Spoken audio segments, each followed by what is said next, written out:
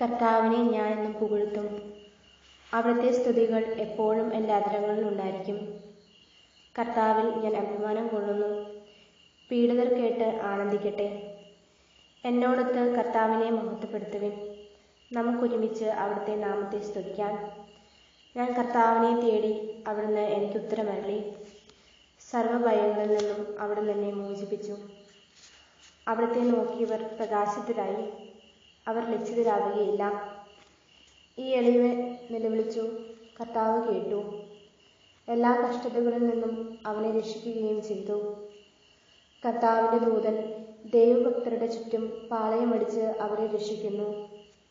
കർത്താവ് എത്ര നല്ലവനെന്ന് രുചിച്ചറിയുവിൻ. അവിടുത്തെ ആശ്രയിക്കുന്നവൻ ഭാഗ്യവാൻ. കർത്താവിൻ്റെ വിശുദ്ധരെ, അവിടുത്തെ ഭയപ്പെടുവിൻ. അവിടുത്തെ ഭയപ്പെടുന്നവർക്ക് ഒന്നിനും കുറവുണ്ടാവുകയില്ല. സിംഹക്കുട്ടികൾ ഇര കിട്ടാതെ വിശന്നു വലഞ്ഞേക്കാം. കർത്താവിനെ അന്വേഷിക്കുന്നവർക്ക് ഒന്നിനും കുറവുണ്ടാവുകയില്ല. മക്കളെ, ഞാൻ പറയുന്നത് കേൾക്കുവിൻ. ദൈവഭക്തി ഞാൻ നിങ്ങളെ പരിശീലിപ്പിക്കാം. ജീവിതം ആഗ്രഹിക്കുകയും സന്തുഷ്ടമായ ദീർഘായുസ്സ് അഭിലഷിക്കുകയും ചെയ്യുന്നുവോ?